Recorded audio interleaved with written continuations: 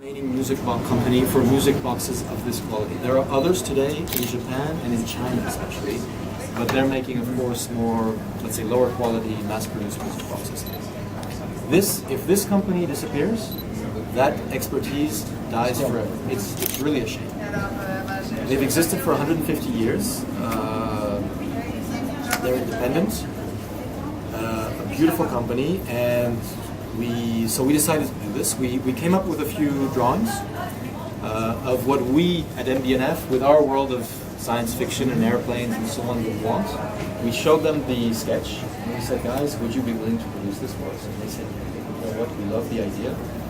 They were incredibly efficient in getting it done. In about a year, the prototype and the first deliveries were finalized.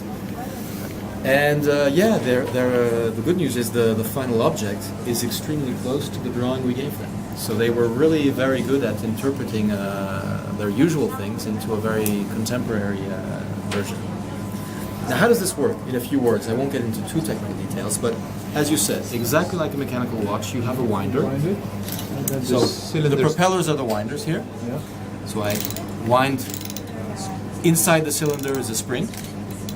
So that's like a barrel on a mechanical watch. And then the cylinders turn. Exactly. There's a gear train. I release the spring there. The gears here will put this cylinder in motion. What's this, wind machine or what is it? This is a regulator. Like is used on certain minute repeaters. So again, on mechanical watchmaking, it's something that regulates the speed. Because what happens is the spring in here is a pretty powerful spring. When you release it, of course, yes. The faster this thing spins, the more resistance it's offering to the air. It's a brake, exactly. It's an air brake. It's an air brake. So it's naturally regulating the speed so that the cylinder is constant, like on minute repeaters. So again, a very watchmaking type of expertise. The melody on the left. There are 2 melodies in total? 3 on the left and 3 on the right, so 6 in total.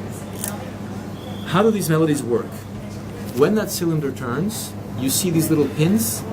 They're, of course, making those little bars move. Each bar gives a different note.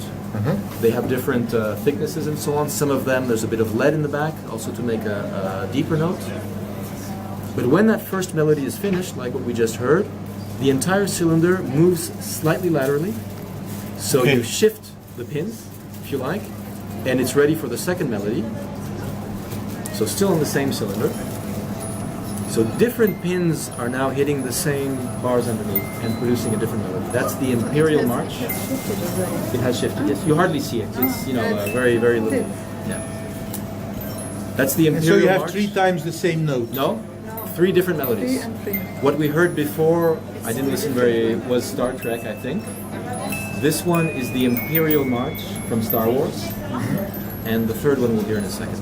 The noise here is terrible. So I can order one like this, but I can tell you I want this melody, this one. No. For this piece, we decided the melodies. Because, of course, they make sense with the object. Do they always connect it with the science fiction? Yeah. For us, it's always a source of inspiration, absolutely. I'll show you the third one. Maybe we recognize it again, even though the noise is too loud here.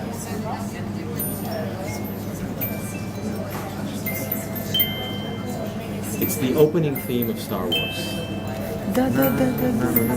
Exactly. So of course it's linked to the object.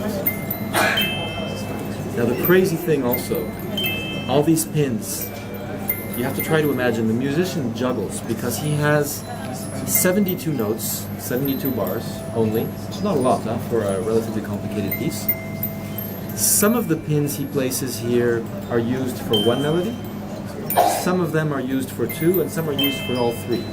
So he really uses whichever pin is coming along the cylinder is useful for that melody at that point in time. It's an amazing juggling act of, I have this much space, these many pins, 1,400 pins, by the way, on each of those cylinders. 1,400 pins. It seems less when you Per cylinder? Per cylinder, absolutely. Approximately, that's not exactly, I think it's 1,000. Watchmaking industry, we thought let's take some rock classics from the 1970s. So you get, let's see what we have on number 1 here. Yeah, this is a soft rock classic.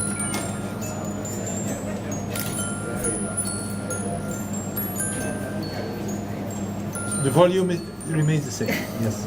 It's not an iPod. In a closed office, Yeah. I'm telling you, it's much louder. It's Imagine by John Lennon. Usually, once you know it, you get it. Yeah.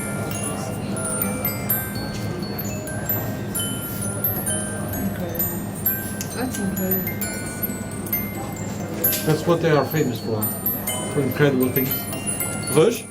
You mean yes? Yes and no.